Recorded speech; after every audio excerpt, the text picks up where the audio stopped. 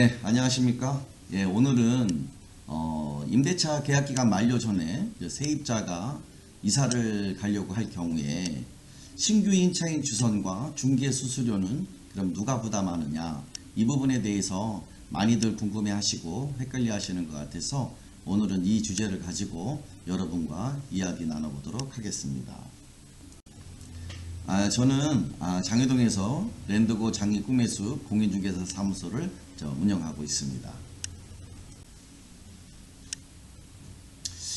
이런 경우는 사실 간혹 발생하는 경우이긴 합니다.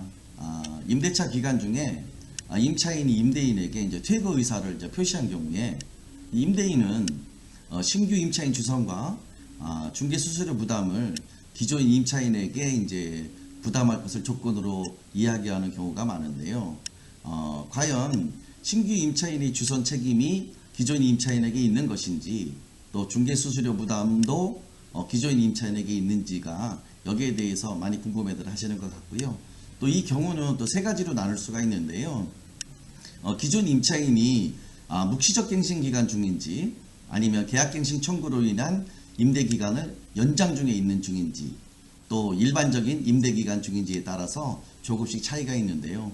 오늘은 이 부분을 가지고 여러분들과 좀 심도 있게 한번 이야기 나눠보도록 하겠습니다. 첫 번째, 묵시적 기간 중에 임차인이 해지를 요구한 상황입니다. 임차인은 언제든지 임대인에게 계약 해지 통보가 가능합니다. 또 임차인에게 임대차 계약 중도 해지에 대한 어떤 책임도 발생하지 않고요. 또 계약 해지 시 신규 임차인을 구하는 등의 의무 또한 발생하지 않고, 또 중개 수수료 부담도 발생하지 않습니다. 또 한 가지 또 중요한 부분은 계약 해지 효력은 임대인이 통지를 받은 날로부터 3개월이 지나면 그 효력이 이제 발생하는 부분이니까요. 임차인은 3개월 이후에 효력이 발생한다는 부분에 대해서 잘 인지하시고 그 기간을 고려하여 해지 통보를 하시면 되시겠습니다. 이거에 대한 법적인 조항을 좀 보시면 제6조에 계약갱신이라는 부분이 있는데요.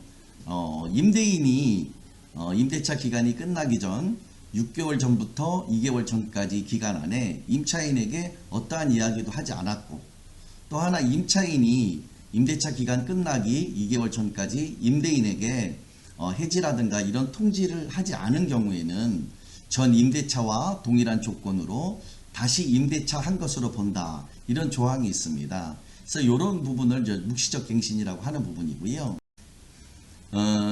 또 제6조 2항에 보시면 임차인은 묵시적 갱신 기간 중에 언제든지 임대인에게 계약 해지 통보를 할 수 있다, 이런 내용이 있고요.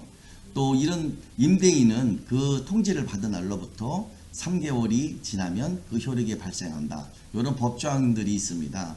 그래서 임차인에게는 묵시적 갱신 기간 중에 해지를 요구하더라도 어떠한 책임을 물을 수가 없고, 3개월 전에만 임차인이 임대인에게 계약 해지 통보를 한다고 하면 3개월 후에는 또 효력이 발생하는 부분이니까 참 어떻게 보면 임차인에게 좀 유리한 그런 법이라고 할 수 있겠습니다. 또 임대인은 또 다소 좀 억울한 부분이 없지 않아 있기는 할 것 같은데, 그래도 이제 법이 이런 경우가 있으니까 이런 부분 잘 기억해 두셨다가 나중에 참고하시면 좋을 것 같습니다.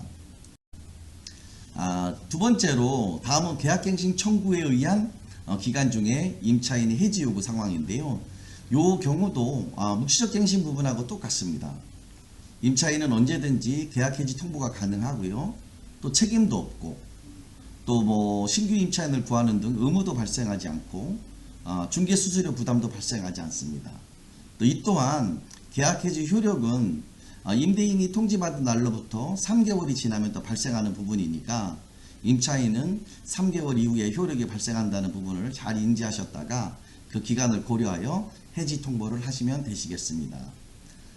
이 부분 또한 또 법조문 요항을 보시면 아까 말씀드렸던 계약갱신의 요구에 제6조 2항이었는데 이 부분을 준용한다. 그러니까 묵시적 갱신 부분하고 같다고 보시면 됩니다. 아까 그 6조 2항을 다시 한번 보시면 여기에도 나와 있다시피 임차인은 언제든지 임대인에게 계약 해지 통보를 할 수 있다. 이런 조항과 3개월이 지나면 효력이 발생한다. 이 부분에 대한 6조 2항에 대한 부분을 계약갱신 청구에 의한 경우에도 준용을 하는 부분이니까 이런 부분들 잘 기억하셨다가 나중에 참고하시기 바랍니다.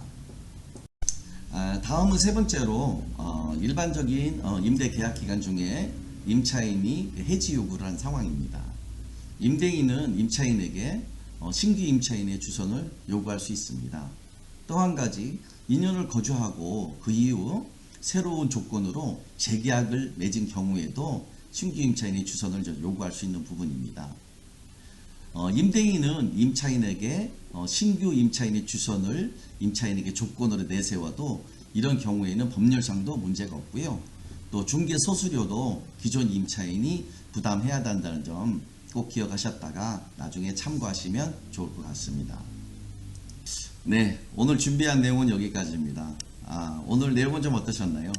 나름대로 또 준비한다고 해봤는데 여러분들께 좀 도움이 됐는지 모르겠습니다.